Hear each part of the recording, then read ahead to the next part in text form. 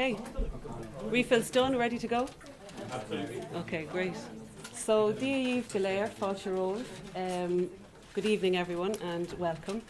Is Misha Nadine McCarthy. My name is Nadine McCarthy. Tá as an down bheith an seo a nocht live galéir agus an seans bheith a caint live. So, now I have to remember what I said. I'm delighted to be here with you tonight and to have the opportunity to speak to you. And I won't, the whole thing isn't bilingual, so you can relax. So, the title of my presentation with you tonight is Weaving the Thread of Community, from I to we, while still including me. And I would like to begin with a poem. So, it's called The Way It Is by a poet called William Stafford. There's a thread you follow. It goes among things that change, but it doesn't change. People ponder about what you are pursuing. You have to explain about the thread, but it's hard for others to see. While you hold it, you can't get lost. Tragedies happen. People get hurt or die, and you can suffer and get old. Nothing you can do can stop time's unfolding, but you don't ever let go the thread.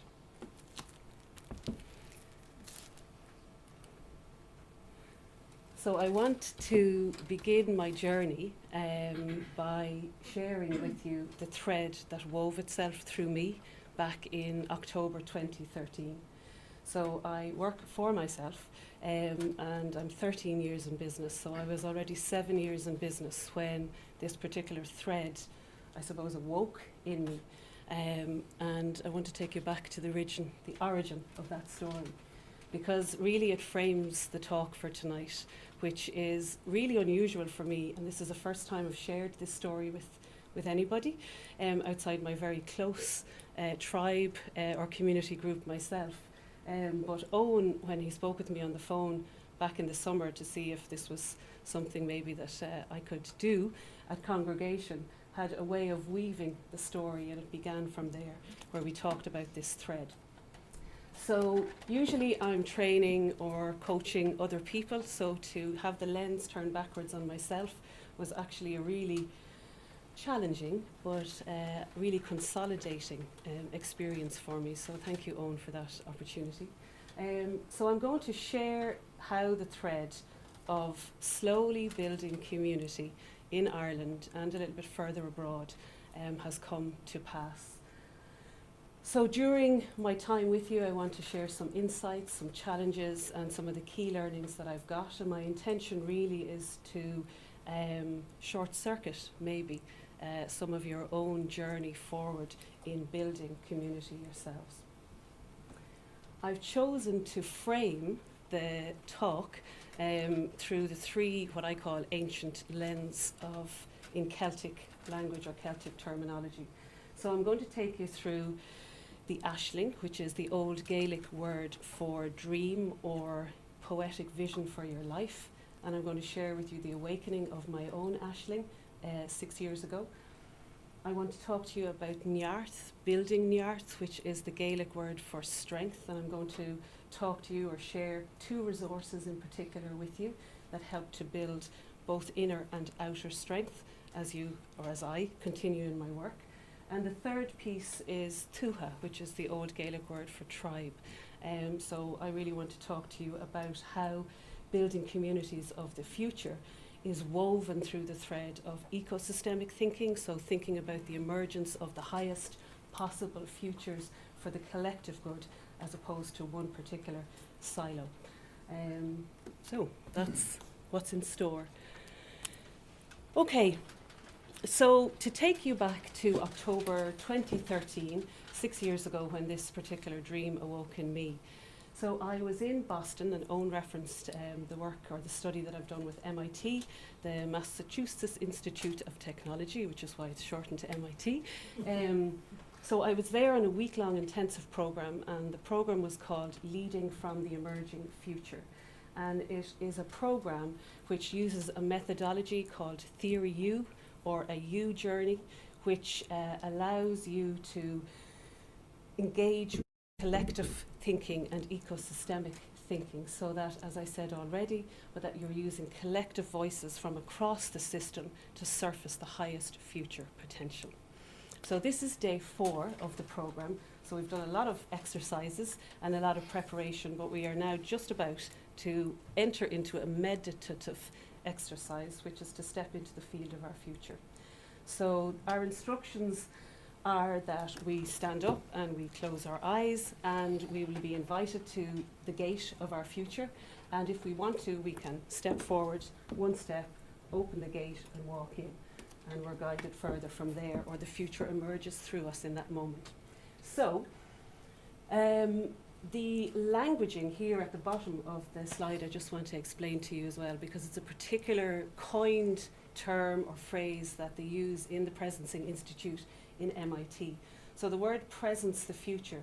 To presence the highest future is a blend of the word present, by being present in the moment, and the sensing part of the presencing is to sense the highest future, the potential for the highest solution to come into the room through the people and to surface itself for the highest good. So that's what I was about to do. I was about to presence my highest future, but I had no prior imagining of what was going to happen when I entered the gate of my future. So if you can imagine for a moment that I'm standing, there's a group of 70 people at least globally gathered together for this particular workshop, and I have my eyes closed and I can see this red gate in front of me, and we're encouraged to look at the handle and to extend our hand out and to press the handle down, which I do, and then I take one step forward into the field of my future. But I wasn't prepared for what happened when I stepped into the field. So as soon as I stepped into the field of my future, the words Misha Éire, which mean I am Ireland, literally flooded into my head and into every cell of my body. I even can feel it almost now. And it was as if Ireland came in and visited every part of my body and began to fill me up from my toes right up to the crown of my head.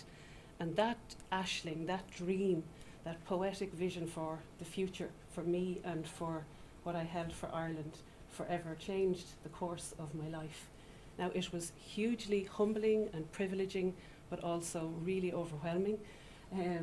So it took me a while to ground what I needed to do next. But somebody on the course suggested to me that before I leave Boston, that I, open up my laptop and sit down and really try and ground what had happened and what my experience was and how I was going to take it out into the world. So I sat in Logan Airport on November the 1st, 2013, and I typed furiously, tried to download all the things that had happened to me over the course of the week. And this is my ashling that I tried to ground in words, and then I want to share the rest of, or some of the rest of the story with you. So this is my dream. This was my dream for Ireland 6 years ago. To develop national leadership capacity, building a community of leaders who can create profound, personal, organisational and societal change. So, great, I come home, totally filled up with Ireland and unsure really of how to step forward. So some of what I'm going to share with you next is really, like the lens turned backwards on me 6 years later, trying to consolidate some of the key learnings to support you hopefully in your work as you move forward as well. So I suppose what I really found was that this idea, this Celtic idea of Neart, which means strength or life force, that really has two paths that help support the building of self and the building of community. So I have phrased them, I suppose, into the inner path and the outer path. And it's really important actually to travel both. So I know they're the images of kind of the two, it's nearly like a Robert Frost poem with the two roads diverging in the woods. But really the idea here is that both of these paths to building strength and vitality and life force in yourself and in your community run parallel to each other. So I'm going to take you just through briefly some ideas around how to build inner and outer strength or njarth. And the first one really is around the source level of leadership. And the way that I define that is that the source level of leadership resides within, and that self-leadership is the first step along the path. And that if you're grounded within your own sense of self, your vision, and your ability to take action, then everything flows from that inner compass or that inner lens. And the second, the outer path, which I'll talk to you a little bit later, is about prototyping. It's about experimenting, testing, being out in the field, doing projects, getting feedback, iterating, and going back out again. So this constant cycle of prototyping, gathering feedback, iterating, evolving, moving on, always like in this evolution. And the reason that I put the W.B. Yeats quote, even though it doesn't fit in terms of how he wrote the poem, but this is a line that really helps my own njarth and my own strength, because when you have a vision in a way that takes you over, it's really important to remember to tread softly, because you tread on my dreams. So that is a constant reminder to me to go easy and to trust and to move at the speed of trust. So I wanted to share this with you because looking at the inner path of building njarth or strength or life force in yourself as a leader out there trying to catalyse change for society, this is a model that emerged in a conversation with somebody that I'm working with in the Southern Hemisphere. So this is a colleague who's also studying Theory U, and we were on Zoom so we could see each other, and she fed back my gesture to me as I spoke about something that I was trying to prototype, and this has become an absolute grounded model for me in terms of how I navigate internally to do the work out there in the world. So I call it the infinity loop of vulnerability and power. And actually, interestingly enough, this was only added to the slides this morning. I woke up this morning with this image in my head, and then I felt there must be some reason for me to bring it in tonight. So this is fresh off the press of my dreams. So just to describe it, I suppose, it's like this infinity loop, this never-ending figure of 8, and the idea in sharing it with you, because it's been such a support to ground me internally as I step out to do bigger, deeper transformational work, is that I go from vulnerability, I go from being absolutely petrified at times, thinking, who are you to hold this national dream or national agenda, to actually wanting to stand into this calling or this purpose and really live this Aisling that I had the privilege of having experienced 6 years ago. So I'm constantly weaving this loop myself of being afraid and then moving into my power. And I could navigate that a lot of the time, but what's actually going to how would I come to my still point? And what I've realised over the last number of years is that there's two grounding forces for me. One is to remain connected to the Aisling, this overarching piece. What is my intention? So returning back to what I said in Logan Airport that I was going to commit to try to play a part in for society in Ireland. And then this grounding piece, these roots down from, so that they stop me weaving constantly from side to side. And this is bringing me right down into practices like yoga, meditation, journaling, visualization, actually out walking the land, using nature as a partner in my work to kind of mirror where I'm at and to give me inspiration. So I suppose this model, in a way, is really just to share how I navigate my own fears out there in the work that I do, and also trying to stay true to what my intention is. So, moving on to the outer path. So once I have myself, and this is really, if there is a sequence to this, it really is the inner work. It's the inner work first in order to be in service of the outside work, the work out there in the world. And I've learned that lesson the hard way, because when I came back from Boston, the dream not only was it set in an intention, but it was in my cells, and it was like this reawakening of Celtic DNA, or some part that I could play potentially in creating a higher or better future for Ireland. And at times that really overtook me. And one of the key things that helped me was to continue to prototype, to continue to create the future by doing. But at one stage, and I shared with you earlier that I'm 13 years in business now, and this is a 6-year dream to date, but at one stage I almost lost my business. I wasn't paying attention to the financials. I was out in the world, overtaken with this dream of Ireland, and I was prototyping literally anywhere I could and all over the place without paying attention to the business, to the financials, and it was almost like I had lost myself in the dream. So I really had to return back into the inner work in order to support myself and ground down so that I could then move out from that stronger internal place to do that work. So one of the other pieces of the outer path of building Nearth and building community is really out there doing work and doing projects, iterating in the field. And what MIT and Theory U call it is really creating the future in the present moment. So you're actually enacting, you're creating a microcosm of the future you're trying to create now in the moment, working with people or as many stakeholders as you can to learn from the actual system so that it's a collective vision that can surface the highest outcome and the highest results. So more recently, as well as Theory U, which I have now been studying and working with for 6 years, I've come across emergence strategy, and some of the pieces in the presentation are flavoured with Adrienne Marie Brown's work as well. So I love this because I think this quote really speaks to prototyping and creating the future by doing. And she says that nothing is wasted or a failure. Emergence is a system that makes use of everything in the iterative process. It's all data.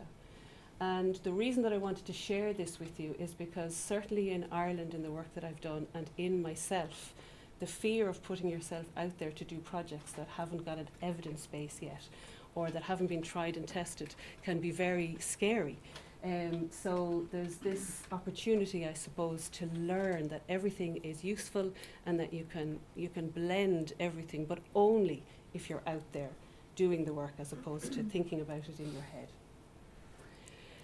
And the final thing I want to say there on that slide is just that tapping into the wisdom of John O'Donoghue, who'd be probably my favourite author and poet, and I would often go to him for any source of inspiration, that over the years, just by being out there and prototyping and taking action in the field, I've kind of learned to build this muscle of prototyping and to find ease in risk by just going out there and putting the projects into play. Okay, so coming to the third lens, the third Celtic lens of Tuatha, I wanted to talk to you just about the ripples of Tuatha. So I've spoken to you already about that first ripple, and I think of the analogy of dropping a pebble into a lake where it ripples out, but you want to pick the right pebble to drop in so that enough water hits the shoreline and that it ripples out far enough. So that first pebble that we drop in has to be about sustaining ourselves and the Nearth of our own self in the work that we do, particularly when we're trying to build community and trying to create societal change. The second ripple is what I have more painfully only really learned in the last few years about building community, which is what I call my Anam Cara Tuatha, which is the old Gaelic words for soul friend. So Anam Cara came from the early Celtic church, and in the early Celtic church, everyone had an Anam Cara. They had a soul friend who created space for their soul's purpose to rise. And I always loved that idea that there was this non-judgmental holding space where people could be heard and listened to, and that their highest potential or their highest future, their own ashlings, could surface. So over the last number of years, I have found and built an Anam Cara Tuatha. There's 4 of us. We don't work together all the time, but we're deeply connected with a core vision around a higher future, better future for Ireland and for creating societal change. And that holding team, that Anam Cara team, have been such a huge support, because when I came back from Boston first, I was isolated, just trying to live the dream, but really, shaking in my boots at the same time. So, and I love that quote from Margaret Mead, that never doubt that a small group of thoughtful, committed citizens can change the world. Indeed, it is the only thing that ever has. So that third ripple, I suppose, of Tuatha. So we have the self, then we have the smaller soul group, and I suppose I would encourage anybody building community to seek the connections where you can have that Anam Cara group to support you. And that third, those two ripples then cause this wider ripple, which is really about change at the systems level, as opposed to just smaller silos or pockets of change. So just to talk for a moment just about what I see the future of tribe, the future of community being, and this is taken from the work that I've done in the last number of years and also the work of MIT, is really to create a shift, to go from ecosystem thinking, which is where we only think about the well-being of ourselves or the project that we're working on, into the wider ecosystemic future, which is working with as many people across the system, particularly at the edges, in order to surface the highest potential. And this here is just a picture of a recent project that I'm working on with the GAA, which is around the facilitation of the curriculum for junior cycle well-being.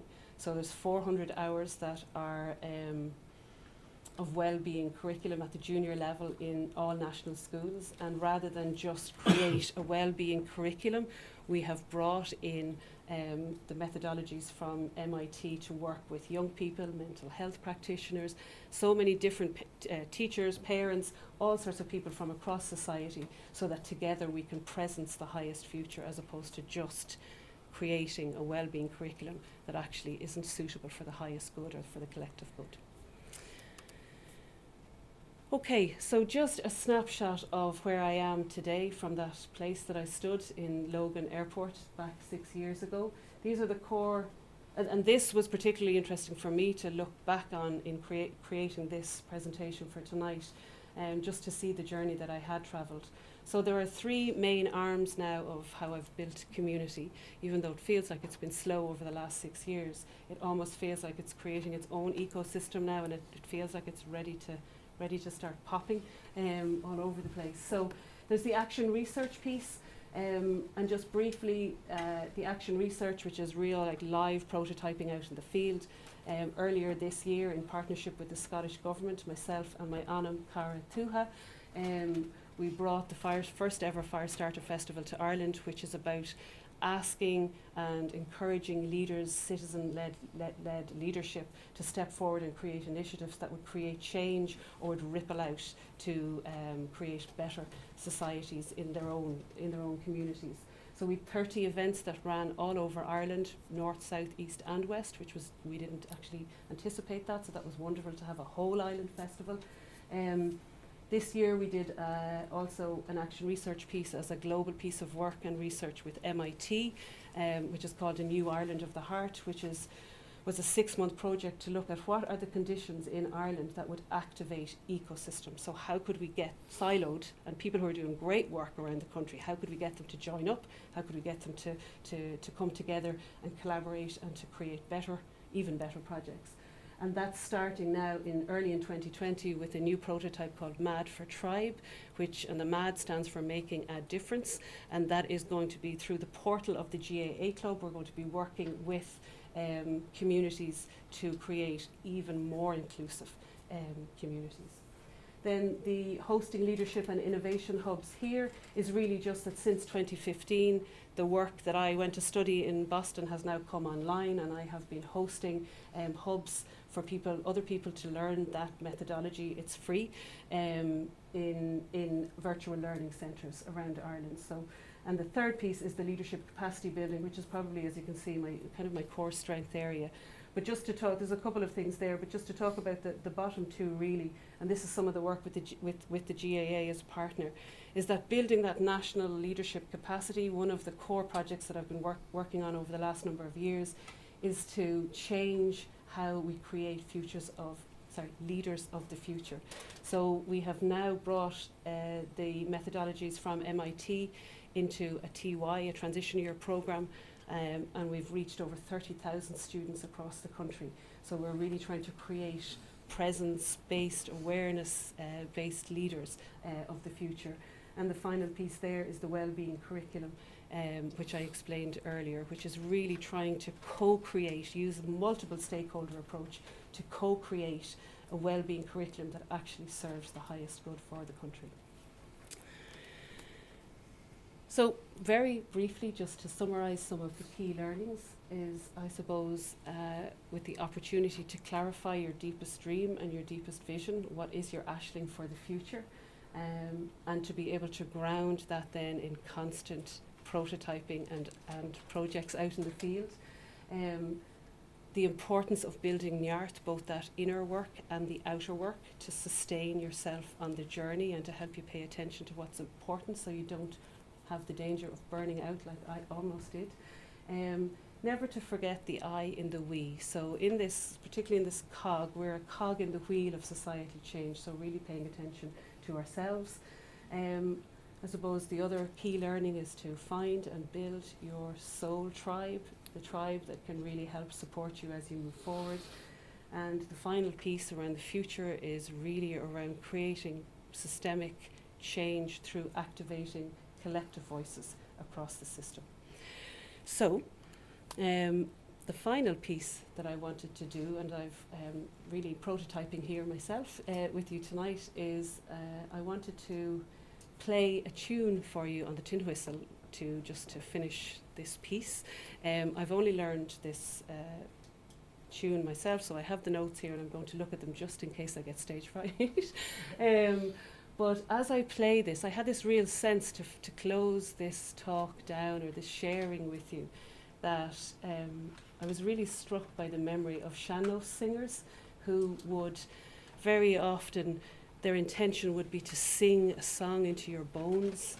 And so I wanted to play a tune into your bones, and I wanted to play Misha Era into your bones tonight, so that maybe just at the end here you can have a moment to sit back and reflect on your own Ashling and your own dream for creation of community. Thank you. We'll all have to learn how to play it tomorrow night. So will I. I'll be giving lessons now tomorrow night. Okay.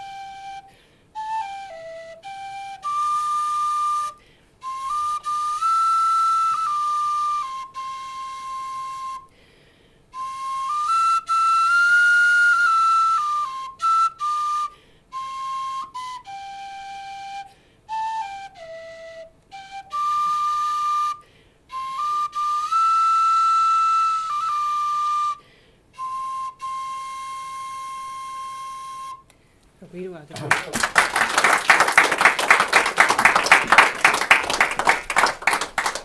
Thanks very much, Nadine. It's funny, as the